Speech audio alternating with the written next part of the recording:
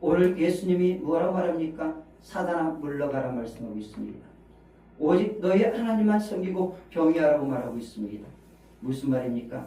하나님을 섬기는 믿음만이 나를 지키고, 그리고 가정을 지키고, 그리고 교회를 지킨다는 말인 것입니다. 여러분, 여러분과 여러분의 가정과 그리고 또한 이 교회는 하나님이 지키시는 것입니다. 하나님을 섬기는 믿음을 지키는 것입니다. 또 두 번째, 왜 인간은 소유하기를 원할까요? 그것은 소유는 곧 행복이라는 등식 때문에 그렇습니다. 사람은 왜 돈에 대한 욕구와 욕망과, 왜 권력에 대한 욕구와 욕망과, 그리고 끊임없이 무엇인가를 소유하려고 그렇게 살아갈까요? 소유는 행복이다. 이것이 오늘 현대인들의 사고입니다. 가치관입니다. 그런데 이 말이 전혀 틀리지는 않은 것 같습니다. 그렇지 않습니까? 여러분, 어느 정도 소유해야 행복합니다. 한 사람이 있었습니다. 그의 손에는 아무것도 없었습니다. 그래서 그 사람은 너무너무 배가 고팠습니다. 배가 고프니까 너무 슬펐습니다. 울었습니다.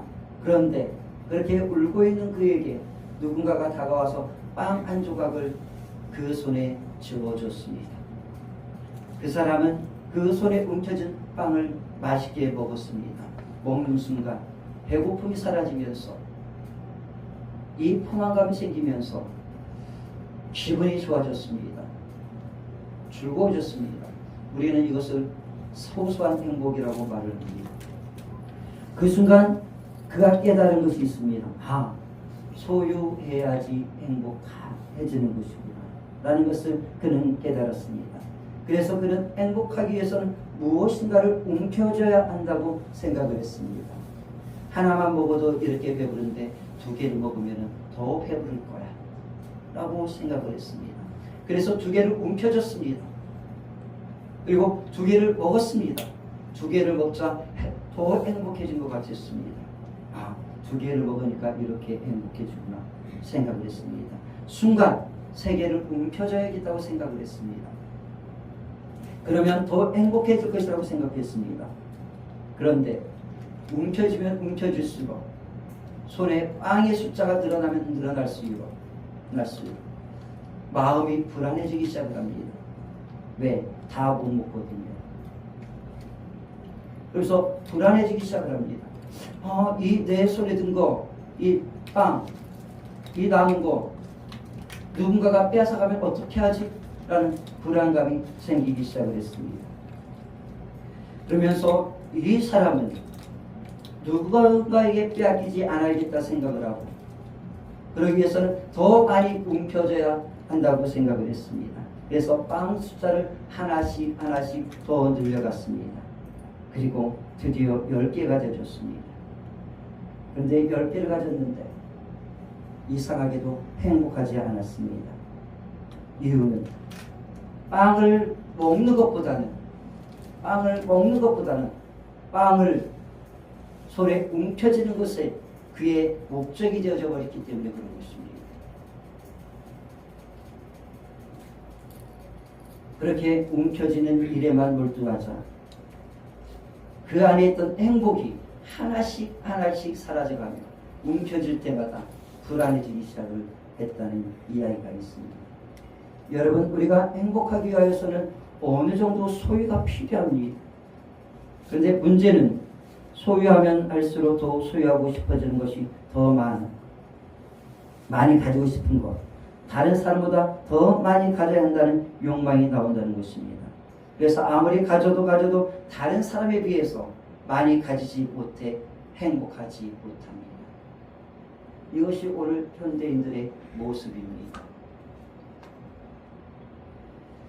오늘 사단은 예수님을 향해서 이렇게 말하는 겁니다.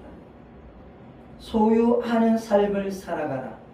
그러면 네가 저것을 소유한다고 한다면 그 소유가 천하 만국에 있는 그것들이 너를 행복하게 해줄 것이라고 말을 하고 있는 것입니다. 사단은 오늘 우리에게 똑같은 방법으로 다가와서 우리의 삶을 흔들고 있습니다. 이제 앞으로 눈에 보이는 저것들을 잡기 위해서 살아가는 거야. 그래야 너는 행복할 수 있어. 하나님이 너를 행복하게 해주지 않아. 하나님이 너를 행복하게 해줄 것이라고 생각하지 마. 그거 버려. 지금 네 눈앞에 보이는 사람이, 돈이, 명예가, 권력이 앞으로 너를 행복하게 해줘. 이 말이 바로 세 번째 시험에 들어있는 것입니다.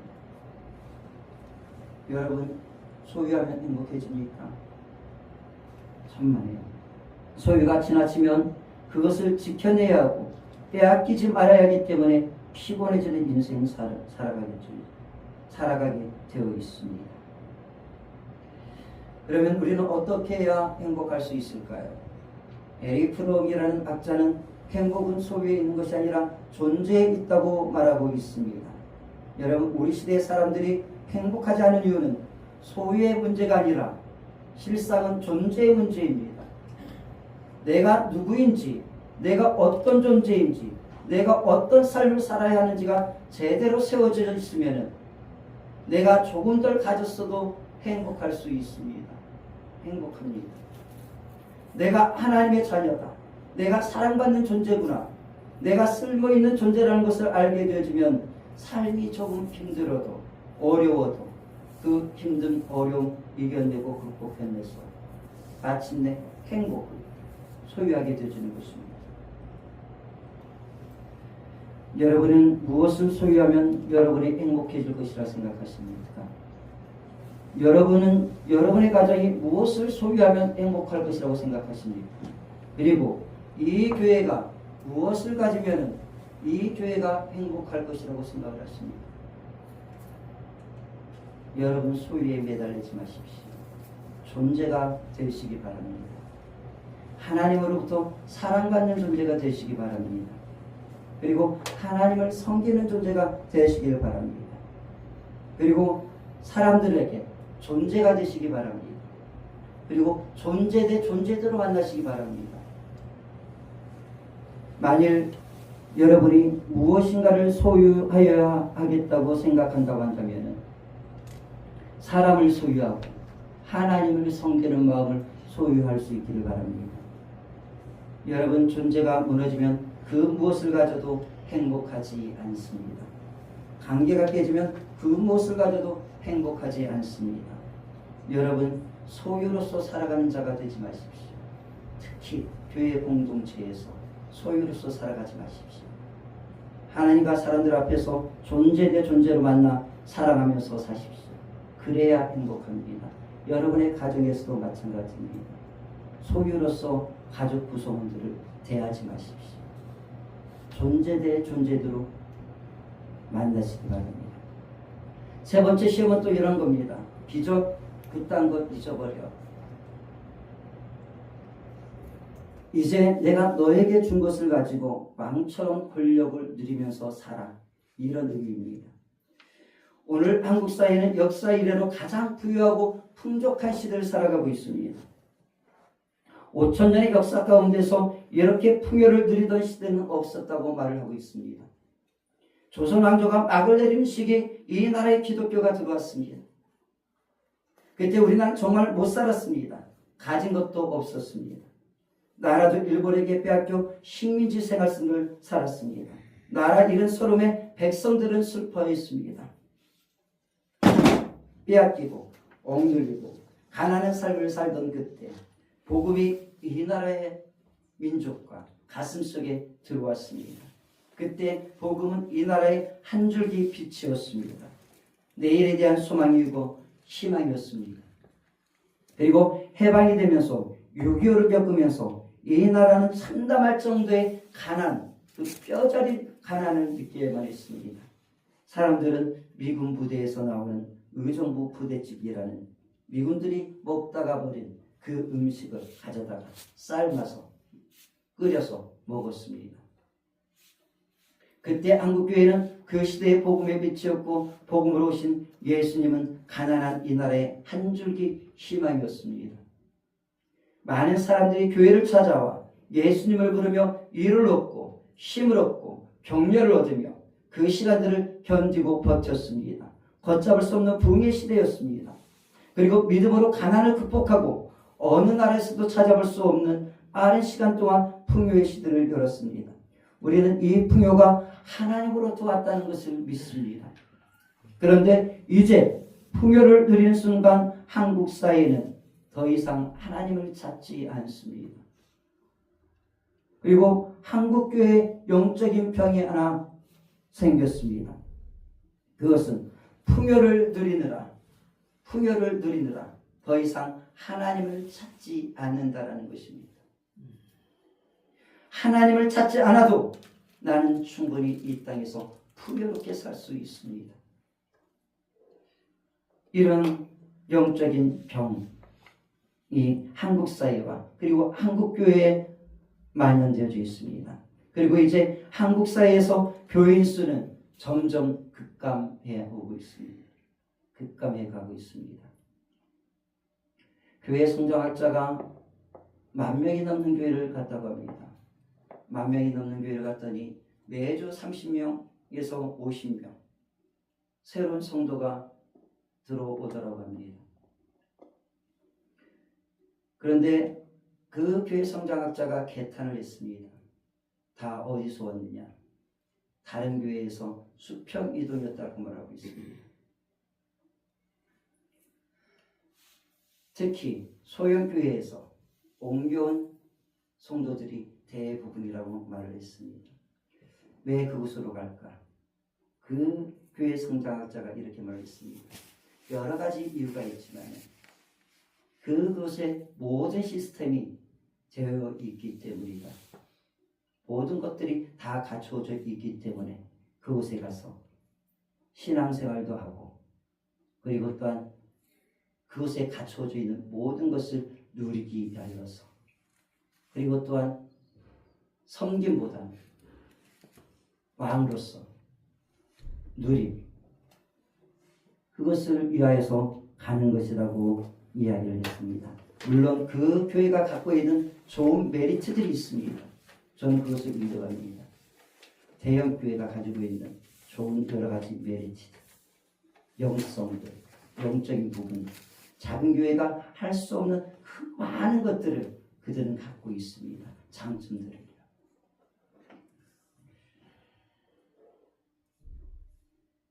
여러분, 저는 이런 시대를 살아가고 있는 한국교회, 신앙생활하기 좋은 환경, 나를 잘 케어해줄 수 있는 교회, 그리고 나를 충분히 뽐낼 수 있는 교회, 나를 알아주는 교회, 그리고 가서 평안히 쉴 수 있는 공간, 그것을 찾아가는 이 시대 속에서 저는 그들이 잘못됐다고 생각하지 않습니다. 그건 당연한 욕구 중에 하나라고 봅니다. 그래서 저는 그런 그들의 욕구를 충족시켜줄 필요가 있다고 봅니다. 교회에. 그러기 위해서 교회는 환경도 바꿔야 하고 그리고 체질도 개선해야 되고 그리고 가치관도 바뀌어야 할 필요가 되어졌습니다. 사랑하는 여러분. 그리고 과감하게 우리는 사람을 위하여서 전도해야 하고 기도해야 하고 투자해야 합니다. 여러분, 세 번째 시험은 오늘 우리에게 이렇게 다가옵니다. 비전 따위 잊어버려. 하나님이 이 교회를 세우신 목적 따위는 잊어버려. 교회 다녀도 돼. 그런데 가서 누리다가 와. 이렇게 바뀌어버려. 이렇게 다가옵니다. 자, 이 시험 앞에서 주님은 뭐라 말씀하십니까? 사단아 물러가라 말씀하고 계십니다. 그리고 오직 하나님께 경배하고 그를 섬기라 말을 합니다. 무슨 의미입니까? 나는 왕노릇하러 이 땅에 온 것이 아니라 섬기는 자로 왔기 때문에 섬기는 삶을 살다가 하나님 앞에 가겠다라는 것입니다. 누구를 섬깁니까? 하나님을, 그리고 교회를, 그리고 나보다 더 낮은 자를 섬기며 살겠다라는 주님의 선언이 기도한 것입니다. 여러분, 주님이 왕의 자리를 버리고 섬기는 자리로 내려왔다고 한다면 우리도 섬기는 자리로 내려가야 하지 않겠습니까? 또한 이 주님의 말씀은 나는 풍요가 가져다주는 매너리즘에 빠져 사명을 잃어버린 삶을 사는 것이 아니라 앞으로도 나는 사명과 비전의 삶을 살아가겠다는 선포인 것입니다. 그 비전이 무엇입니까? 아주 간단합니다. 예수님의 비전이 무엇입니까? 예수님의 사명이 무엇입니까? 간단합니다. 복음입니다. 전도입니다. 하나님 나라입니다. 사랑입니다. 교회는 복음과 전도를 위하여 존재합니다. 만일 교회가 복음 전도를 잃어버린다고 한다면 교회가 존재하는 이유가 무엇일까요? 그렇게 주님은 사단과의 싸움에서 승리하신 뒤에 갈릴리로 잠시 가서 쉬시다가 회개하라 천국이 가까웠느니라는 그 말씀을 하시면서 이 땅에 등장을 하십니다. 그리고 복음을 전하기 위하여 제자들을 세웁니다. 제자들을 세울 때 아무도 없었습니다. 그러나 주님은 제자들을 세우고 그 제자들과 함께 3년 반 동안 공생애를 펼쳐나가셨습니다. 여러분, 승리하신 예수님이 어디로 가십니까? 복음을 전하기 위하여 세상을 향해 가십니다. 우리가 예수님이 승리하신 것처럼 우리도 승리하고 복음을 전하기 위하여 세상을 향해 나가야 하는 것입니다. 여러분, 하나님이 26년 전 이 교회를 이 은평 지역에 세웠습니다. 이 교회를 세운 최종 목적이 무엇입니까? 단 하나입니다. 복음 전도입니다. 복음 전도.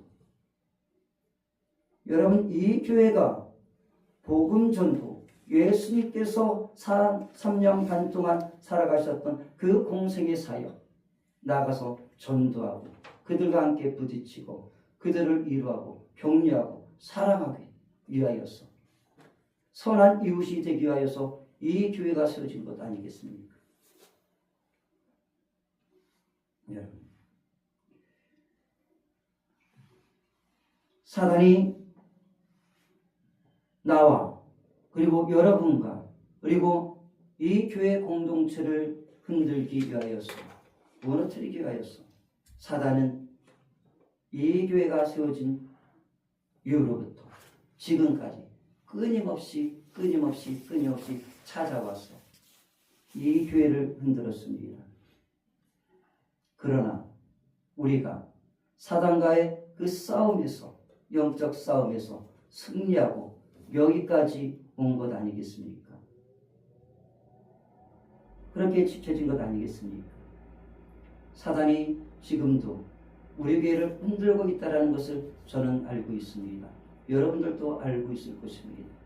사단은 언제나 항상 교회를 흔듭니다. 여러분을 흔듭니다. 여러분들을 신앙 속에서, 그리고 어떤 교회 공동체 속에서, 그리고 하나님 나라에서 빼내가기 위하여서 항상 흔들고 시험을 하고 있습니다. 사랑하는 성도 여러분, 이 은평교회가 26년 전 이 교회가 세워졌을 때에 사단이 얼마나 흔들었겠습니까? 이 교회가 세워지는 것을 방해하기 위하여서 많이 틈을 탔을 것이라고 저는 봅니다. 그러나 그 사단의 그 시험을 이겨내고 교회가 세워진 것 아니겠습니까? 어쩌면 1년의 우리 은평그리스도교의 역사 속에서 사단이 가장 싫어하는 날이 4월 13일이라고 봅니다. 그리고 그 4월이 되면은 사단이 가장 크게 우리 은평교회 속에서 가장 크게 역사하는 날이라고 저는 봅니다. 왜? 가장 싫어하는 교회가 세워졌기 때문에 그렇습니다. 사랑하는 여러분,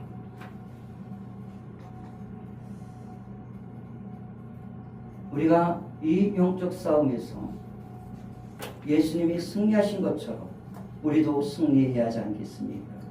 그리고 주님이 승리한 것처럼, 그리고 세상을 향해 나가서 복음을 전하는 것처럼 우리도 복음을 전해야 되지 않겠습니까?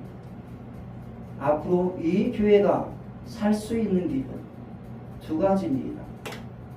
기도와 전도입니다. 이 교회가 앞으로 기도하고 전도하며 살 것입니다. 그러나 반대로 말해서 이 교회가 기도하고 전도하지 않는다고 한다면 이 교회가 언제까지 존재할 수 있을까요? 우리가 무겁게 한번 고민해 봐야 할 시기라고 생각합니다. 그리고 우리가 힘을 모아서 기도하는데, 전도하는데 힘을 모아야 할 때라고 봅니다. 기도로서, 전도하면서 힘을 모아서 우리에게 주어진 사명과 비전 이루어가는 교회, 그리고 어떤 하나님을 섬기는 교회에 되어져서 주님이 오시는 그날까지 존재하는 교회 되어지기를 예수님 이름으로 축원합니다. 우리가 이 시간 다 같이 기도하는 시간 갖도록 하겠습니다. 교회를 위해